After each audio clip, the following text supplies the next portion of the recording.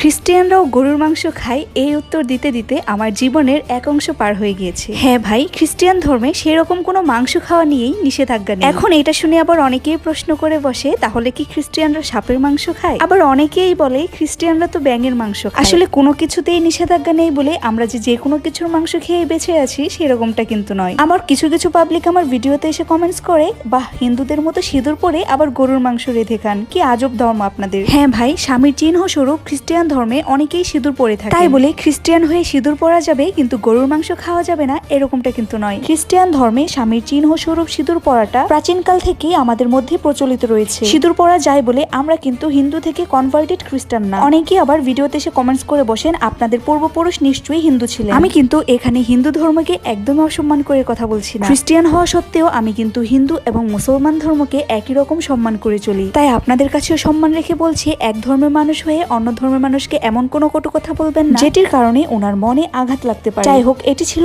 আমার কোরবানি ঈদের গরুর মাংস রান্নার রেসিপি। এখানে আমি নিজের তৈরি একটি স্পেশাল মশলা ইউজ করেছি। এটি ব্যবহারে গরুর মাংসের স্বাদ অনেক বেশি বাড়িয়ে দেয়।